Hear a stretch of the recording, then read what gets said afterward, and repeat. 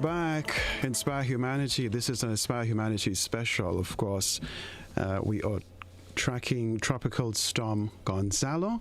We're here on K105 FM, a division of GBN, also on GBN TV. So hello to all of you. Thank you so very much for joining us. Terry, good to see you.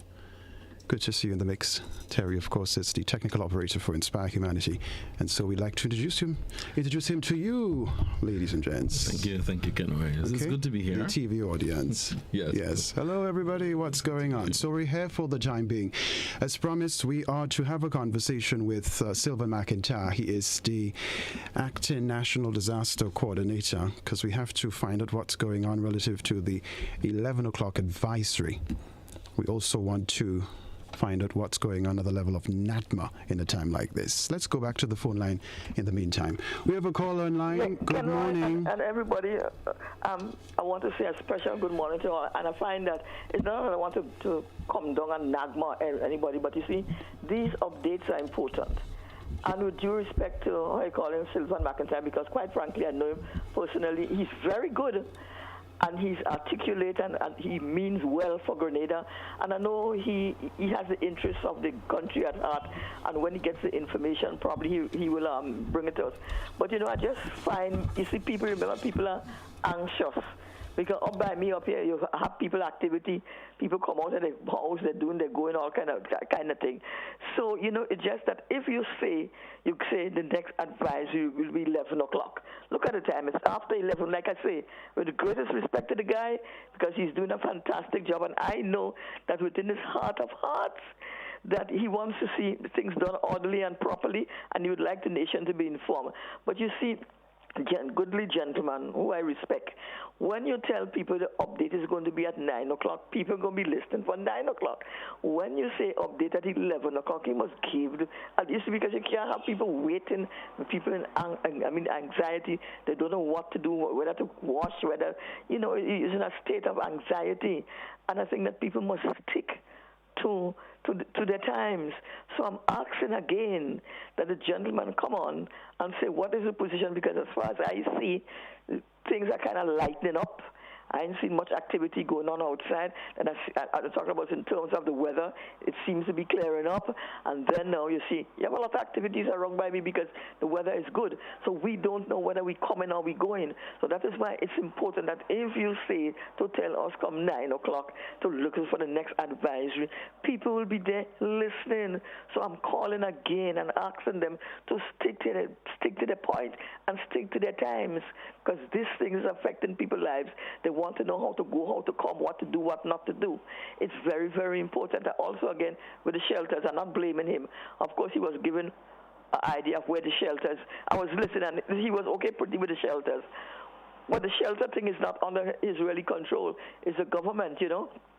So they have to do better than that and make sure. You can't really sit down there and monitor things and then tell them to open the shelters. No. If you are threatened, and that's not addressed to him, that's called to the government. If you are threatened with a hurricane or storm, you have to open the shelters before. You can't wait to say you're monitoring things. And then how would these people get to the shelters in the middle of a storm?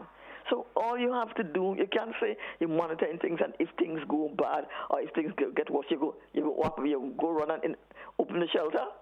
And like I say, it's nothing to do with the gentleman. What the government has to do, identify these shelters. As a matter of fact, all during the hurricane season, they know the hurricane starts to June, all these shelters should be ready, and every day they should be bombarding the media with a list of hurricane shelters where the people are. Well, of course, now you don't have it on the papers. Got no papers. Maybe you could put it on the Facebook or whatever the case is. But the shelters should be bombarded. People should be knowing where the shelters are every single day from June to November, so you know where the hurricane shelters are. And don't say to me, you're monitoring things, and if it gets worse, you're going to open the shelters. No. Once a Grenada is threatened with a hurricane or storm, you open the shelters before. That is reckless. That is too reckless and irresponsible. So, to the gentleman, please, when you say 10 o'clock, come on 10, because you're letting people waiting in a state of anxiety, and people want to know. Thank you, caller. Have a great day. You too. All right, all the best. All right, so in the meantime, let's bring you the 11 o'clock advisory. And once, of course, Sylvan McIntyre joins us, we will make sense of the advisory and find out what's going on as well at the level of NaDMA. So the 11 o'clock advisory, Grenada affected by Tropical Storm Gonzalo. The state of Grenada is now experiencing the effects of Tropical Storm Gonzalo, now projected, listen carefully, to pass between Grenada and Tobago. The state of Grenada is now experiencing the effects of Tropical Storm Gonzalo, now projected to pass between Grenada and Tobago. According to information received from the Met Services in the Twin Island Republic, our southernmost neighbors are experiencing heavy downpours with gusty winds. At 11 a.m., the center of Tropical Storm Gonzalo was located latitude 10.5 degrees north, longitude 60.5 degrees west, or 65. Goodness gracious. One moment, people. Sorry about that. We're doing this live. Yeah. Technology, I tell you. Can't keep up with them, you know. Thank you very much, sir. All right. So, all right. So let's go there. So at 11 a.m., the center of Tropical Storm Gonzalo was located latitude 10.5 degrees north, 60.5 degrees west, longitude, or 65 miles east-southeast of Grenada. Maximum sustained winds 40 miles per hour, with its present movement west at 18 miles per hour. Gonzalo is expected to move across the southern Windward Islands this afternoon into evening and over the southeastern Caribbean Sea on Sunday. Little change is expected in strength. Gonzalo is forecast to bring cloudy to overcast and windy conditions with moderate to heavy showers and thunder showers to the island. The National Disaster Management Agency, NaDMA, encourages the general public to be cautious as you travel on the nation's roads, as flooded streets can limit visibility and endanger passengers. Also, be mindful of the threat of landslides in areas so prone. So that is the latest. So just to sum up, if you're just tuning in to this broadcast, the state of Grenada now experiencing the effects of Tropical Storm Gonzalo, now projected to pass between Grenada and Tobago. At 11 o'clock, the center of Tropical Storm Gonzalo was located latitude 10.5 degrees north, 60.5 degrees west longitude, or 65 miles east-southeast of Grenada. Maximum sustained winds 40 miles per hour, with its present movement west at 18 miles per hour. Okay, so that is, of course, the highlights there of the 11 o'clock advisory. So stay put as we continue to track Tropical Storm Gonzalo. Alrighty? And of course, we are standing by for a conversation with Sylvan McIntyre. He is the acting National Disaster Coordinator. Thank you, sir, for that. Yes. All right. So let's go back to the phone line in the meantime. Good morning. Good morning, sir. Yes. How are you today? Good enough, sir. Okay. Go ahead. What did you want to tell us? Mm-hmm. Yeah. I want to tell the public, we are getting wrong information from certain media houses. For example, even now, you see the effects of Gonzalo's, or how you call him. Gonzalo? Mm-hmm. Yes. We are feeling the effects, or we got the effects. This morning, on a special medium house, I said that we have no storm. But yet for all, that particular person on the medium said, on the broadcasting medium said that we have storm. Now we are hearing that the effects, underline the word effects and put it in a bracket, are being felt.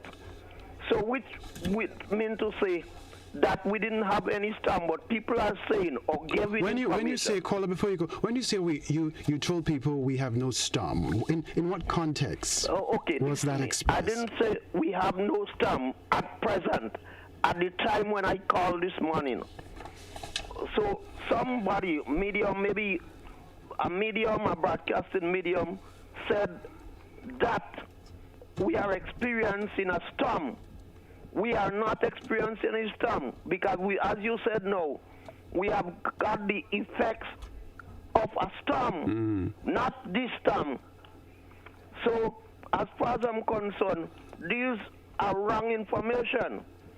A storm, as I've said, is anything maybe below 70-something miles per hour.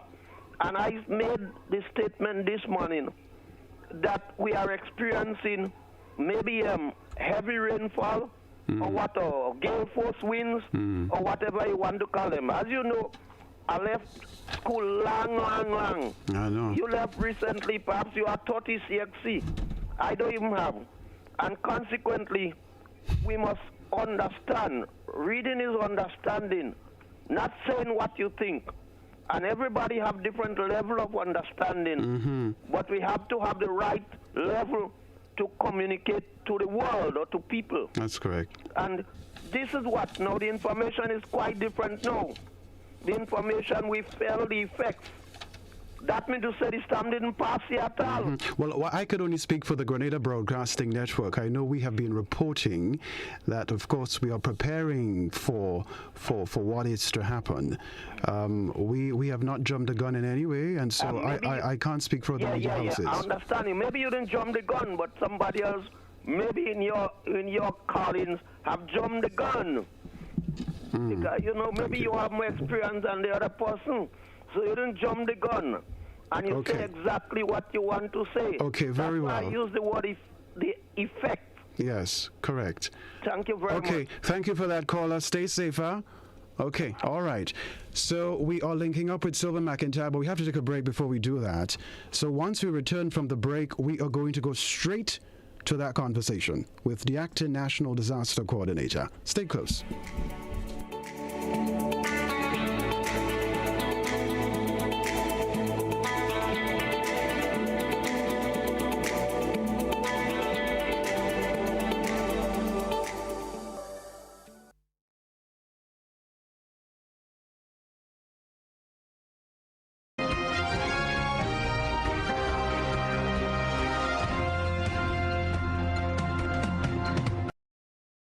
A tropical cyclone is an area of low pressure that forms in the tropical regions of the world. Cyclones are actually very important, even though, of course, they can be deadly. They help essentially balance out the temperature across the globe. They are an equalizer, so they take the heat energy from the tropics and they translate that where we need it into the colder climates. The generic term for it is a tropical cyclone. That can refer to any cyclone that has a closed center of circulation anywhere in the world, like in the Atlantic. When they get strong enough to a certain wind speed, we call them hurricanes. But if you're in the Western Pacific, a hurricane is called a typhoon. There is no difference between a hurricane and a typhoon except in the name. They're both tropical cyclones. The naming system is based on the World Meteorological Organization. There's a list of names depending on the basin. In the Atlantic Basin, we recycle the names every 6 years. If a storm becomes particularly intense or is devastating for a coastline or has a lot of casualties associated with it, we retire the name and don't use it again. For example, Hurricane Katrina, that name will never be used again.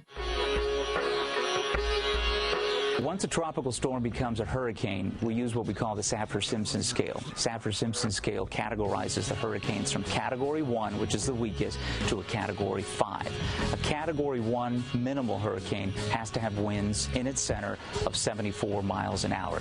As the storm continues to gather strength and becomes more intense, if it reaches 96 miles an hour, that's a Category 2. A Category 3 has winds of 111 miles per hour.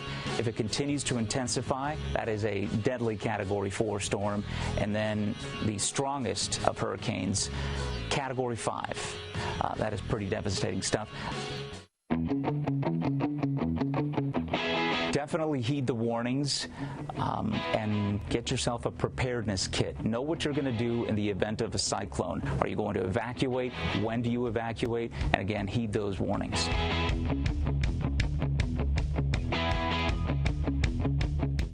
a hurricane, and the point at which it begins lies deep in Africa. Here.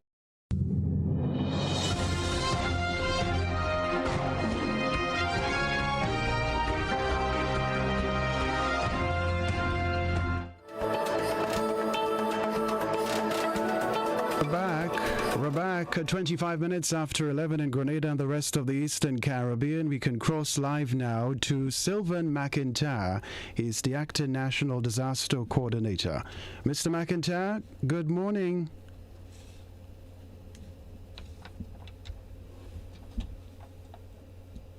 Please unmute your mic. Yes, I'm sorry. Good morning to you, Kenroy. Good morning to you. Yes. Your followers. Well, thank you so much. Hearing this podcast, wherever in the world they may be. Yes. So right away, we want you to help us make sense of the 11 o'clock advisory. So you can go ahead and present it, but we want to do some analysis of it for the audience. The 11 o'clock advisory, what's going on? So the 11 o'clock advisory indicates that the system has not significantly changed its line of trajectory, meaning its trend that it is coming across the Caribbean. It is just 10 point. It is just under 100 miles, south or east of Trinidad. And it is just about 90 plus miles east of us as well. It means that the system has not yet passed us, and it is still traveling at 18 miles plus per hour. It is still bringing some convection with it. That's some of the forerunners that we are experiencing currently. And the amount of rain is also significant. It is indicating that, that Trinidad, prior to previous indication that Trinidad would get more of the rain, that is slightly different to what was forecasted earlier on. Grenada is still what I would say in the line of fire for the amount of rain that we are expecting. And our earlier prediction or the chart indicated that the system was likely to veer further north, meaning that the northern quadrant of the southern Windward Islands were going to be most affected. It is not indicating that for us on this occasion, that the system will go between Grenada and Tobago, that would bring significant rainfall throughout the course of the day. Right, because the 11 o'clock says the state of Grenada is now experiencing the effects of tropical storm Gonzalo, now projected to pass between Grenada and Tobago. Correct. All right. Okay. So that is correct. I know. I recall at 8 o'clock it was 115 miles east-southeast of Grenada, and now you're saying it's 90 miles east-southeast. So there's a bit of movement. Yes. Okay. And it is one of the system that has moved relatively fast. The average storms would move 10, 14 miles per hour. Mm-hmm. This one has gone up to 18, and it means that is a relatively fast-moving system. So I know the advisory says it will pass between Grenada and Tobago. Relative to Grenada, specific parts, for example, of the island that are likely to be more affected than the others, for example? Because I'm happy that you asked this question, because this is not a wide storm. Wind is extending just about 25 or so miles from the center. Because it is not a wide storm, the entire circumference of it basically may pass almost all of Grenada, despite when a storm indication says south, north, or whether a measurement is given, it is always taken from the center or the eye of the system. In this case, the system is not moving with a defined center or eye, so that the measurement that is taken indicating that it will pass south of Grenada, that's an indication that the center of it or the brunt of it is likely to move further south. Similar to that of Hurricane Ivan, the eye of Hurricane Ivan actually came through south of the island. That's just around Point Salines area it came through. So that is a very similar pattern in terms of how this one is expected to move through. The difference here is that It is not a very strong storm, and it is definitely not a hurricane. So the effects of it in terms of the wind, that is not expected to be very significant. And what it could be also encouraging is that the southern part of the island may have a more resilient, sturdy housing stock. Contrary to other aspects of the island, despite there are pockets of houses that are suspect in the southern part of the island, but you can attribute more of these structures to other parts of the island. So it's an advantage to us to an extent that the system is veering more south. So if it veers more south, the northern quadrant of it is expected to produce some of the concerns for us. Oh, okay. You mentioned, Mr. McIntyre, that there is no defined center eye relative to the system, Gonzalo. Does that mean that Gonzalo is disorganized? Disorganized is even a stronger word. I would want to say not well organized. Okay. So in that sense, if you have a system that is compact, you can see those clearer areas of circulation, and that means that it would carry a bit of more force with it. The force could be more focused in particular areas, and so you can have an idea as to exactly where all the strength is. And so because this one is not so organized, the spread of it and the impact of it would be in various bursts. And this is why earlier on today, we've had some spell. The condition continues to be overcast.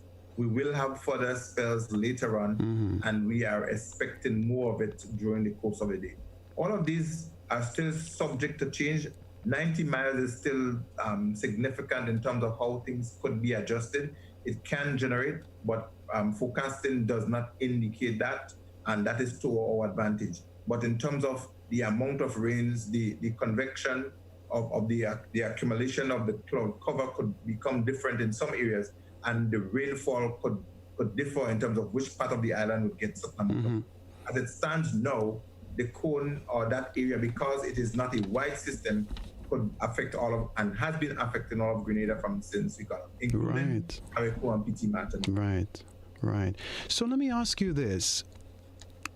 What's the projected timeline for Grenada and its dependencies to feel, quote unquote, the brunt of Gonzalo as it passes? Right.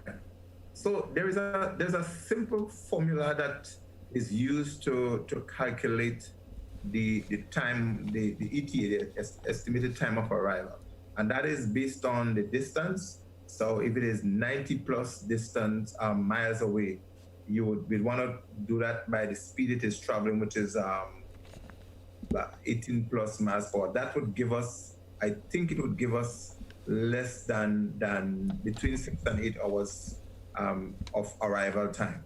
It is indicating, therefore, that it will be sometime into afternoon, late evening that the brunt is likely to come our way. Right, I follow. Okay. And I hope my math just straight off my head was correct. Okay. Somebody can quickly run this off. Run the 18 into 100 or 95 miles, and they would get the exact hours. And you could just, from the 11 o'clock advisory, it was 90 plus miles away from us. It is traveling at 18 miles per hour. If we run that through the system, it will tell you what amount of, when exactly the brunt of it is expected to pass. So that calculation, before you intervene, sure, go ahead. That calculation is done from the center of the system. So that means that the outer quadrant or ends of it will affect territories minimum 25 miles before the center actually arrives. If wind extends 25 miles from the center, it means if the system is 75 miles away, the center of it, that you can have a good portion of wind and other force affecting. And sometimes it goes further up. So wind speed extend 25 miles from the center. So once it is within those kind of a distance, 25 miles, you can have effects taken. So relative to its present movement, moving west or 275 degrees at 18 miles per hour. I notice it's like it's been pegged at 18 miles per hour or 30 kilometers per hour. What I want to ask you now is, you mentioned that it's moving quickly. Earlier you mentioned that, right? Does that mean that it is likely to be more destructive or less destructive moving at that sort of speed? Right, and that is that the speed sometimes is an advantage to systems. You may recall in 2019 that Hurricane Dorian sat over the Bahamas for quite some time. Oh gosh, talk about that one. If the system becomes stationary or it is slow moving, there are a couple disadvantage for us or for people for it making landfall. So the slower it moves, the more destructive it can be. The faster it moves, it can still move with the amount. Now, the strength of the system is dependent on the force of the wind, and the destruction overall would depend on what is associated with it. So the amount of rainfall it is carrying and thunder it is associated with, those are some of the hazards. The strength of the wind, not necessarily the speed of the system. The speed will tell you how quickly it would move across. So a slow moving system is more destructive than a quicker moving system. Right. Slow it means that it will dump. And that's what happened in the Bahamas in 2019. That system stayed there for over 50 plus hours. Yes. And really dumped rain and wind in the Bahamas. That's why they had so much destruction. Right. So we would prefer a faster moving system that is not very strong. So the faster it moves, it will come and go. And it's moving fast at the moment. Yes. Okay. You mentioned Sylvan. Advantage that it comes. What we have to be also mindful of is that when those predictions are given, it depends on a number of factors. And one of it, as you mentioned, is the speed.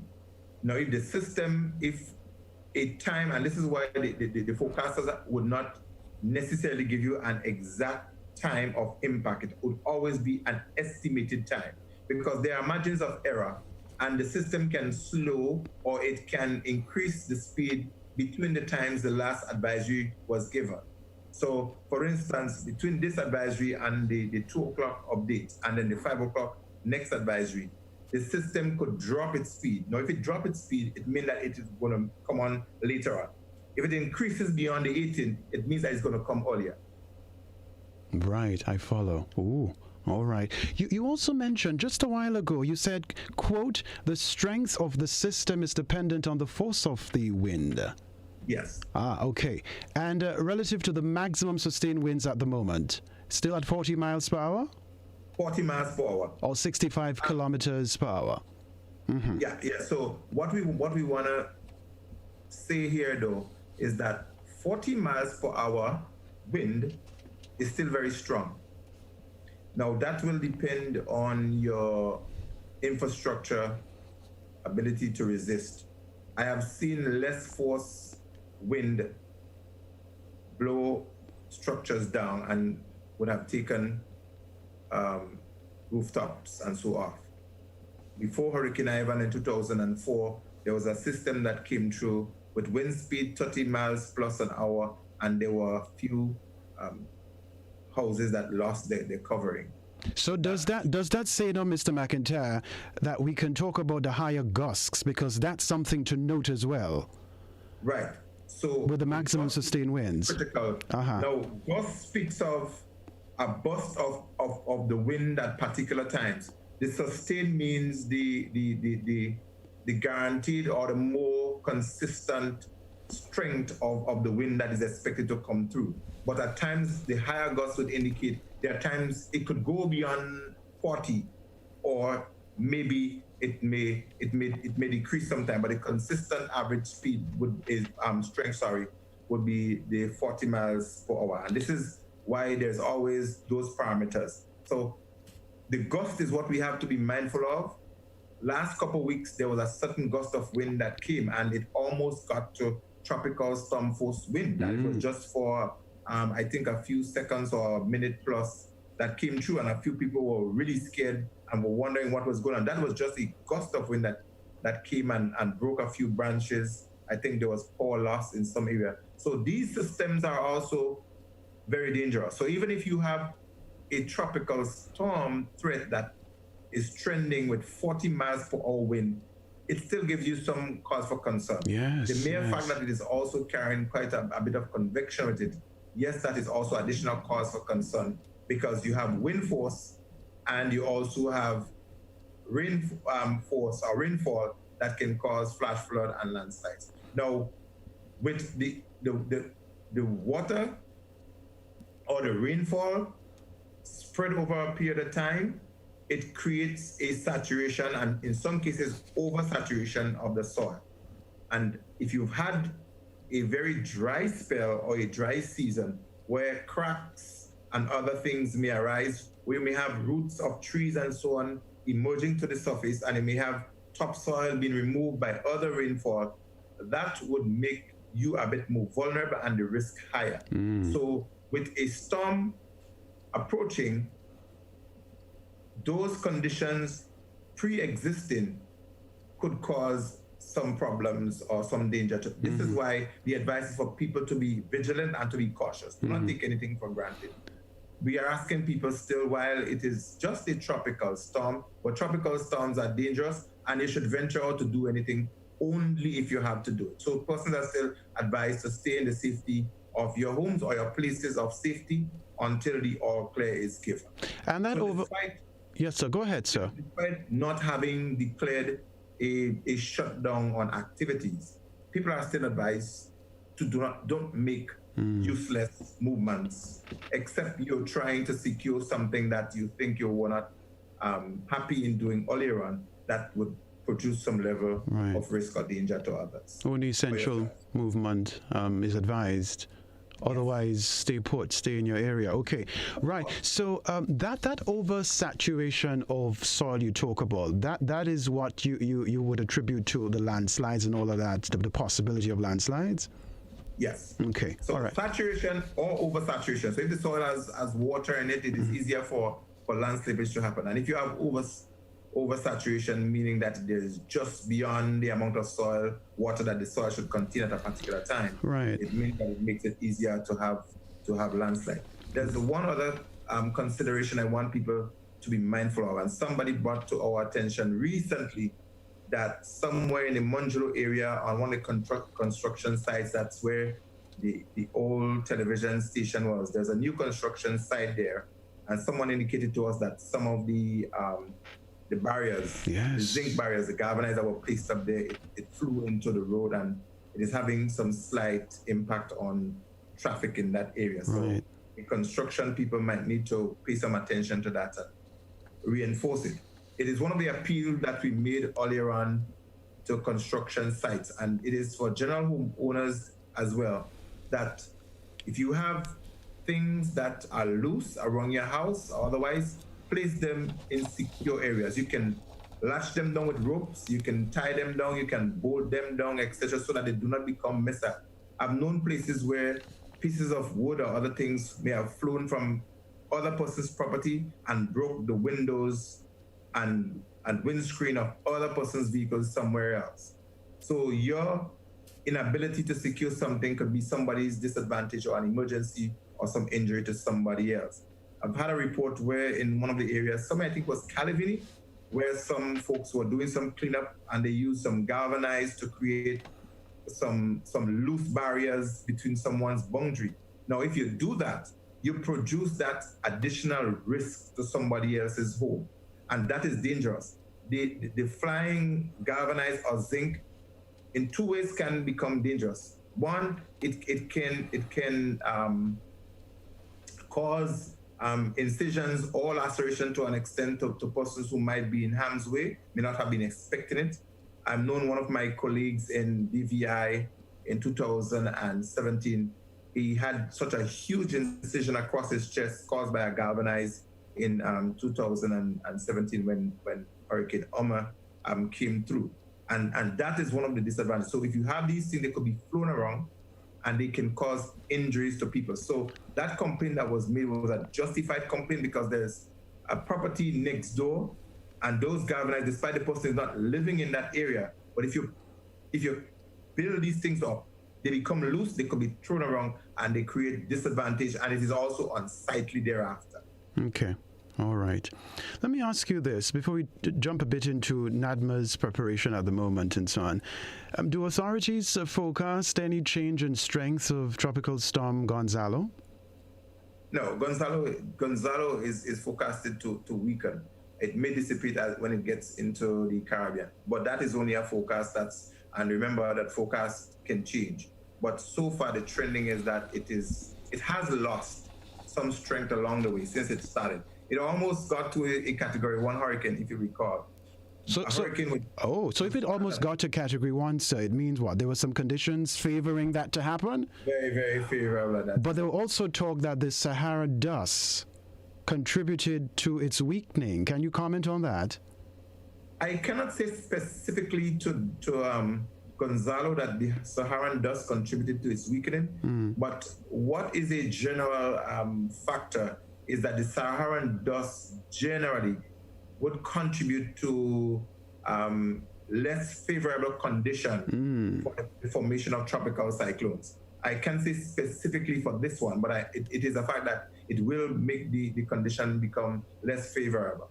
But a hurricane is determined by speed, and this is why a tropical storm starts at 38 miles per hour. Once a depression or an area of disturbed area becomes, with the wind speed gets up to 38 miles per hour, it then becomes a tropical storm. Now the tropical storm wind force has to be developed all the way to 74 miles per hour, and then it becomes a Category 1 hurricane.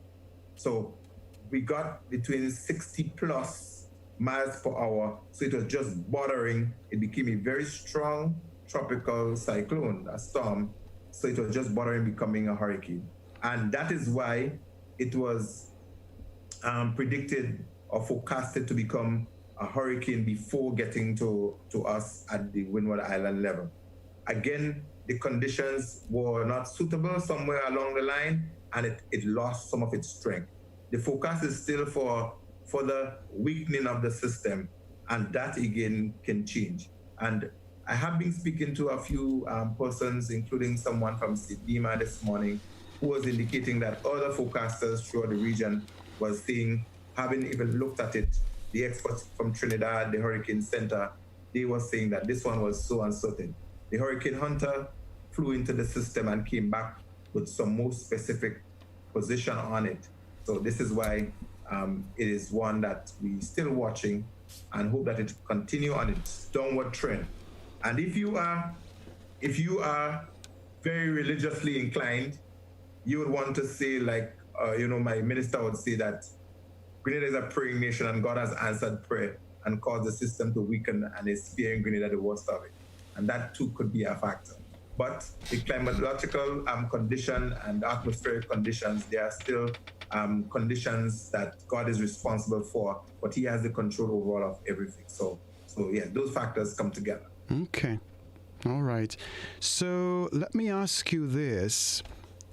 Let's juxtapose wind and rain relative to Tropical Storm Gonzalo when the brunt of it passes between Tobago and Grenada. Are we going to see more rain than wind, or side by side kind of thing for the most part? From what is indicated, let's look at it as a circle, because it's a mass that is coming through, and there are four sides technically. You have the front and you have the east and west, north and south actually. So when the main core comes through, there's often a trail that comes behind. Yes. I have not looked at the system recently to see how it is structured currently. So, but when the center goes past, it trails along a portion that may be very close to the center. But because of its pull, there could be other there could be other convections or other cloud systems in the area that it could draw along with it. So there could be further rain that is coming. But as we look on the radar, we're also seeing more formation of cloud cover coming off the African coast heading our way. So we are in the hurricane season. It's not unexpected.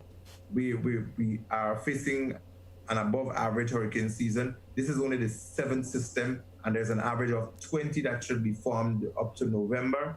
So we are early days still. Right. So what we are seeing jumping off from the African coast is not a surprise to us. We can expect for the conditions, we can expect rain to continue after this. But that is still early days still. Mm-hmm. The forecasters will give more specifics on that. And I advise people to listen. I think our Met Services, they are doing a fine job. I do not envy their task because the task of forecasting is not one that is designed to make you look good. The function of in disaster management isn't designed to make you look good either, because you depend on what happened atmospherically that you don't have control over. So when things change, people beat you up and say you've said one and it did not happen. They said you said something and you did not say this one and it happened. So the whole aspect of it is one where you are not always sure, but you give something to work with. And I think people should be appreciative of that the folks at Met Office, they are giving us material that we should work with, that we should be guided by. And we shouldn't be too hard on them when it seemed not to be what we generally would expect. Okay, very well. Okay, so before we move to NaDMA, just this other question, because I really want to get as many things out relative to your role and responsibility and NaDMA overall. So the warnings remain in effect because at the 8 o'clock, in the 8 o'clock advisory, warning 1, medium to high chance of flooding in low-lying areas. Please confirm, yes. Okay? Warning 2, landslides in hilly areas. Please confirm. And the third warning, marine advisory remains in effect, battering waves up to 10 feet in open water. Yeah, and that is a fact because as the system traverses from east to west, it comes over an area of ocean surface. When it comes through, if you look at how the chain of the Windward Islands they are located, and if you look at the channel between Trinidad and Grenada, there's a channel between the Windward Islands and the southern South American coast. So as the system comes through from the Atlantic into the Caribbean Sea, it would push surface water and raise tide levels. So when it raises the tide level, it would push them into shorelines, and that would be increase in some waves in some area. And the marine advisory means that once the system is over water, definitely it's going to create some levels of swells. So persons are required to be mindful of that. And this is why we've had quite a number of yachts secured here at our marinas. Mm-hmm. Grenada is considered a nice safe haven because of most of the coves that we have and inlets where these vessels can come and be safely docked. And so as the system goes over water, most of these vessels do not want to be exposed out there because they can really face it. As we face different hazards, different actions are required. Now for a hurricane, being on the ocean is a bad place to be. For a tsunami, being on the water is the best place to be with a boat. So those are the differences, how you react with different kinds of hazards. Right. This is why it is important, to listen to the advice from the expert who would guide your actions accordingly. Okay, very well. I want to talk some NaDMA matters here relative to shelters. NaDMA has announced that 8 shelters will be activated if the need arises. All right? And you mentioned that if the need arises relative to depending on the wind speed, quote unquote. Yeah. Okay? Yeah. Can you put some context to that? Okay, good. So we have 100+ shelters that have been inspected for use. 80+ of them, 81 to be exact, have been identified as primary shelters. That's the one that we are assured could withstand hurricane force winds and conditions. They have shutters in some way. They do not have areas where water should come through quite easily. And the engineering structural integrity is not fragile and could be susceptible to strong winds and so forth. So these are the primary ones that people can use before the system actually comes through. The secondary ones are the ones we do not wish to announce to the general public, because people tend to bash us and say, you have this mentioned as an emergency shelter, but it is not open and it doesn't meet certain standard. The secondary ones are the ones, if for some reason they happen to withstand a hurricane, even if they had vent blocks and water may have gone in, by the time they dried up and they structurally sunk, people may need somewhere to rehabilitate, to recover after a system has gone through. And we do not want to keep the school and the education system down for too long a time. We want to transfer these persons into other facilities that are considered secondary for the period while they are beginning to rehabilitate and get their lives back together. So we've not done as we would really do, declare all shelters. Now, if this was a hurricane threat, or if this was a more strong tropical storm threat, we were going to order all shelters across country to be open, and that's a given. Okay. But because we are advised of the extent of the system that is coming through, one, and secondly, because we are still very COVID-19 conscious, for having persons assembled for too extended a time or in too greater numbers, we've taken that into consideration to minimize the coming together of persons for too far an extended length of time. So as much as possible, we could limit persons coming together if there is no reason. Obviously, if there was a reason for us to activate and have people get into shelters, we would have to obey the quarantine protocols, etc., and the COVID-19 protocol. But it's a call that we would have to make. Mm-hmm. So in this case, and we are not always perfect, we don't always make the best decision, but our intention is always for the best. So having considered those factors, we have decided to strategically identify shelters across country. Because the hazards that we are expecting, flood and landslides are risks that you have that are likely to be a hazard, or otherwise after you would have had the rainfall and some time before you may have had flood or even the land slippage. It does not necessarily require someone to be in a shelter, except the area that they live in, they understand and they know for sure that the land is going to come down, the area is going to be flooded, or they have nowhere else to go. It would need to be secured before that happens. Mr. McIntyre, you mentioned that you've, and you as a NaDMA, have identified shelters cross country, quote unquote. But that isn't necessarily the case, because why, for example, is there no shelter for St. Mark to join that list of 8? So the list of 8, which you announced that in the event there's a need, you will activate. I see St. Rose Modern Secondary School for St. John, but why is there no shelter in the parish of St. Mark? Because there's no primary shelter identified. There's no facility that met the criteria in St. Mark at the moment to justify a primary shelter. In this case, you may want to ask me, what would the people of St. Mark do, or what should they do? Just about to come to that, because when you look at the distance from St. Mark to St. John, hello, just saying. It is not too far for a bus to move through or some transport to take there.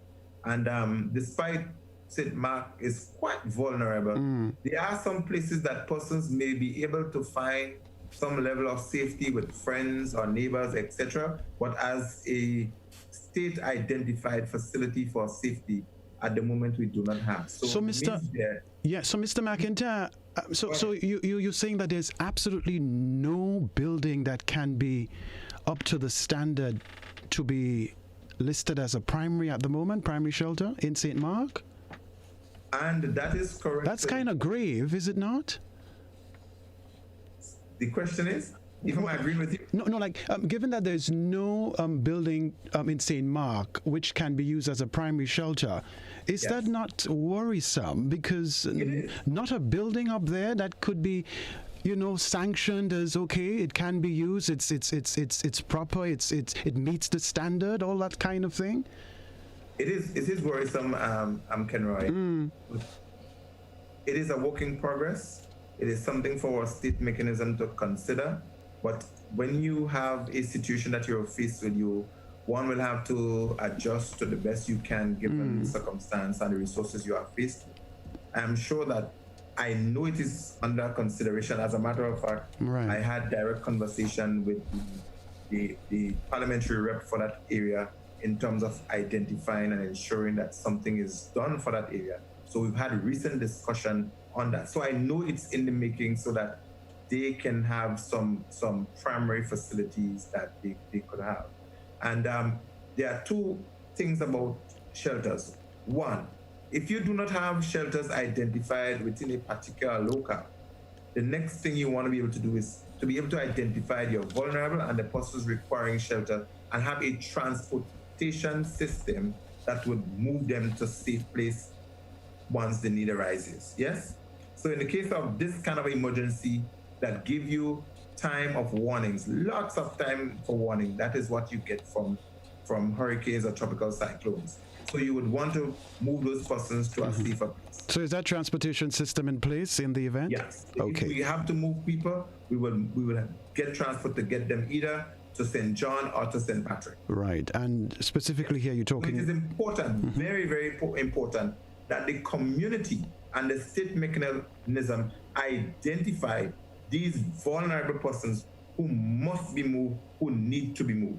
And so you'll understand the amount of transport that is required, the time it would take, so that will have implication on how much buses or what transportation you need to get them out at a particular time.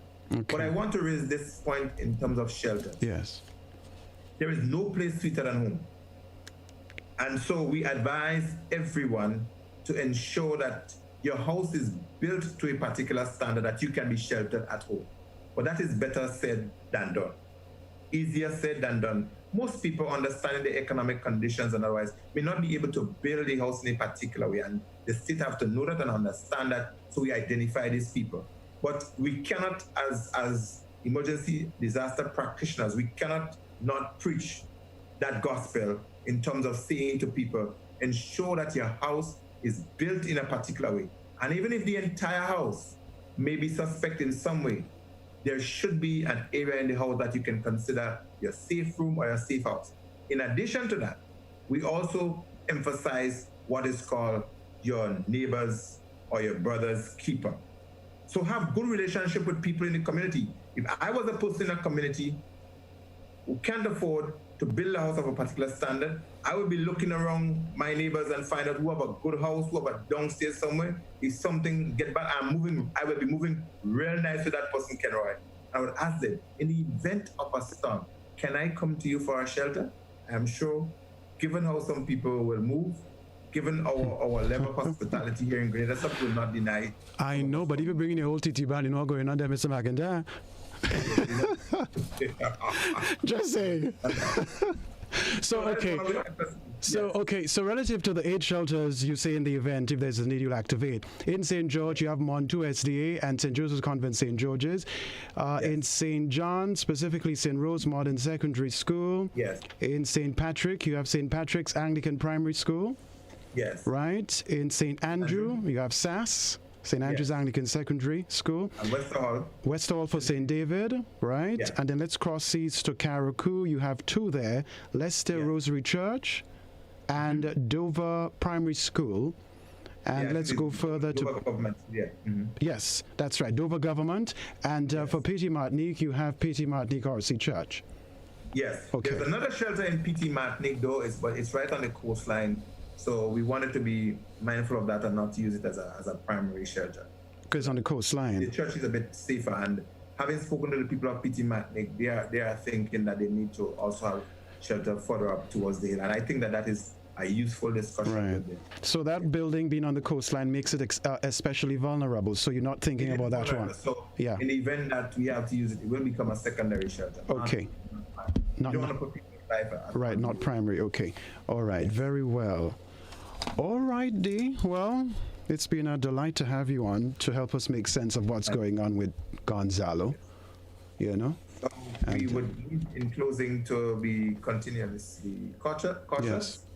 And I think you will remind people that you only venture out until the all clear is given unless you have to do so, despite a shutdown was not called, but we are still reminding people to be careful. And I continue to use the word vigilant because as you move around, don't shut yourself out from rocks that may fall in some place. I did have an indication, the police did indicate to me that some rocks came down by White. So White Gate is one place where rockfall always happen, stones come down there. And the West Coast is particularly vulnerable to the rockfall, so we need to be mindful of that. Going through Grandetang over the hills, we know that area is prone to land slippage or landslides. If you go along the eastern coastline, St. Davis as you go through Westerhall and Calavini areas and so forth, these areas are prone to flooding, that the river will come across these areas. And obviously in the south of the island, the Grand Anse Monroe area, and in the tongue of St. George, right in the tongue around the market and Tantine area, those are regular flood-prone areas. So people would understand if you have rain of a particular magnitude, it is likely to flood. So just be careful. And above it all, listen to us. You, as a media entity, you have been providing useful information to the public, always getting in touch with us. We endeavor at whatever time we are called upon to provide the information to keep this country safe. Thank you very much. Sylvan McIntyre, Acting National Disaster Coordinator. Thank you so much, sir. I'm heading up to NaDMA in a few moments, so we will touch base there. Okay, take care. Yes, Kenroy, and we have done some coconut bakes here at the office as well, and you can have yourself a post. Well, thank you, sir. Thank you very much. I haven't had that in a little while. Okay, see you soon. Okay, see you. All right. Good. Yes, all the best, sir. All right, so that's going to do it for Inspire Humanity this time around. Of course, the whole broadcast today was focused, of course, on Tropical Storm Gonzalo. That is the topic, quite literally, at the moment. And so thank you so much, those of you on GBN, K105 FM, and GBN Television. Joseph Kado is in the wings, of course. He is in the wing. He's, of course, going to take over coverage from here. Joseph, good to see you. He will bring you up to speed with what's going on. And so we're going to clear the studio for him. Thank you so much, Terry. It's an absolute delight. Thank you, as always. And thank you, everybody, for tuning in to Inspire Humanity. All right, I'm Kenroy Baptiste. Please be safe. And remember, Mr. McIntyre said, even after the system has passed, please wait for the all clear, okay? Please, let's do thing with principle. Let's do thing with some sort of protocol, okay? So take care, everybody. Be safe. Bye-bye. Joseph Kado is next.